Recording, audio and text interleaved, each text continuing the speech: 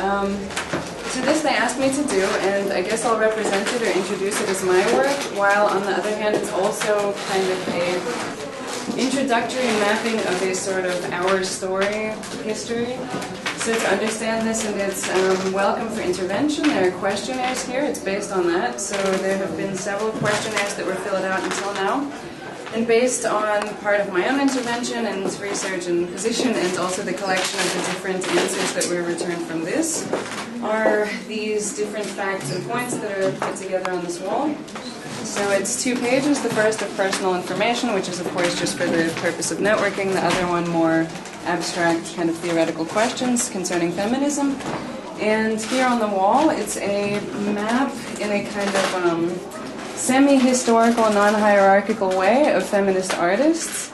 So please come up and add people, because I'm sure there are many who are not here. This is just the ones that were filled out so far and that were online.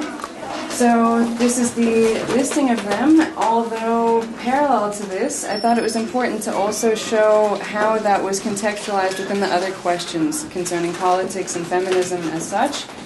So it's along different linear trajectories, so from the political and the philosophical, and connecting to desire and concrete political demands. So these kind of lines of flight or trajectories, or however you can approach them, go to concrete demands, many of them taken from the questionnaires, which are then crisscrossing and also showing the different problematics and important crossroads between the political and the philosophical, the utopian and the problematics that we face.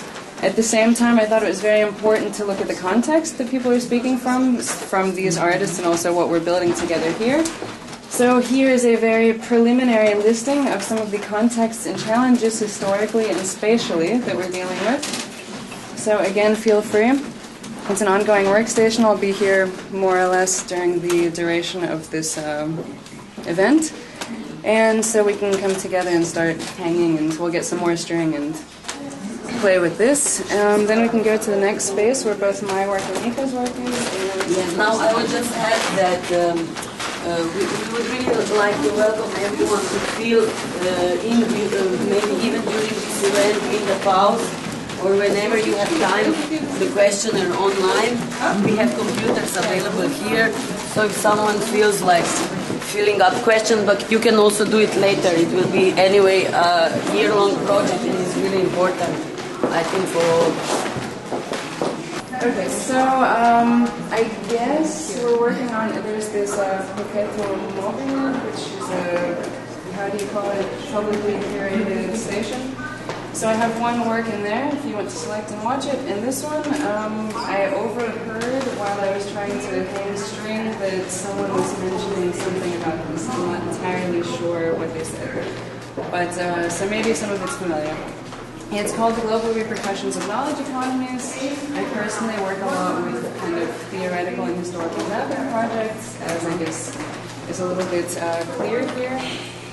This specifically deals with the contemporary but also historical, specifically in knowledge economy and developments of the different agendas that are taking place. It's in 3 parts. It's one map which has 3 specific focuses. The first part is dealing concretely with both historical eras and agendas that were implemented. So you have the formation of the first supranational structures from the European coal and steel community, the European economic community, and the European Union, and the agendas between education, finance, capital, and energy and resources, and how these are interlinked. So this comes, also what's on the other diagram is something significant, the Washington Consensus. So this is a from the International Monetary Fund and the World Bank. It was a agenda implemented, and also the United States Treasury Department into the, after the Berlin Wall fell, to the former socialist states to economically homogenize and join the oncoming global capitalism. So that's important and somehow links what's taking place now in the local space and what's also very significant what's happening tomorrow with the resistance against that to a broader kind of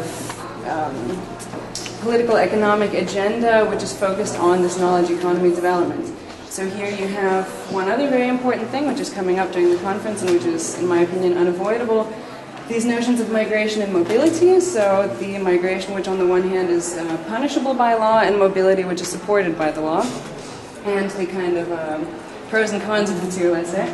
And these are the kind of conflicting yet interwoven issues that we're dealing with now. So these two kind of crises of the so-called developed and developing worlds, which are in the sense actually the same kind of issue. So there are many commonalities that we need to look at and deal with, especially connecting Wall Street to what's happening here tomorrow and the entire planet, the Maghreb struggles.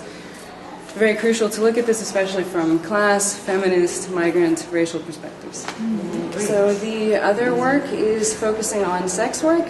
That's on the It's not yet in the archive. No. It's just going to be burned. Okay. So that's on its way, and that's also looking at these user links and focusing on this case study of sex work on the other side of the European Union.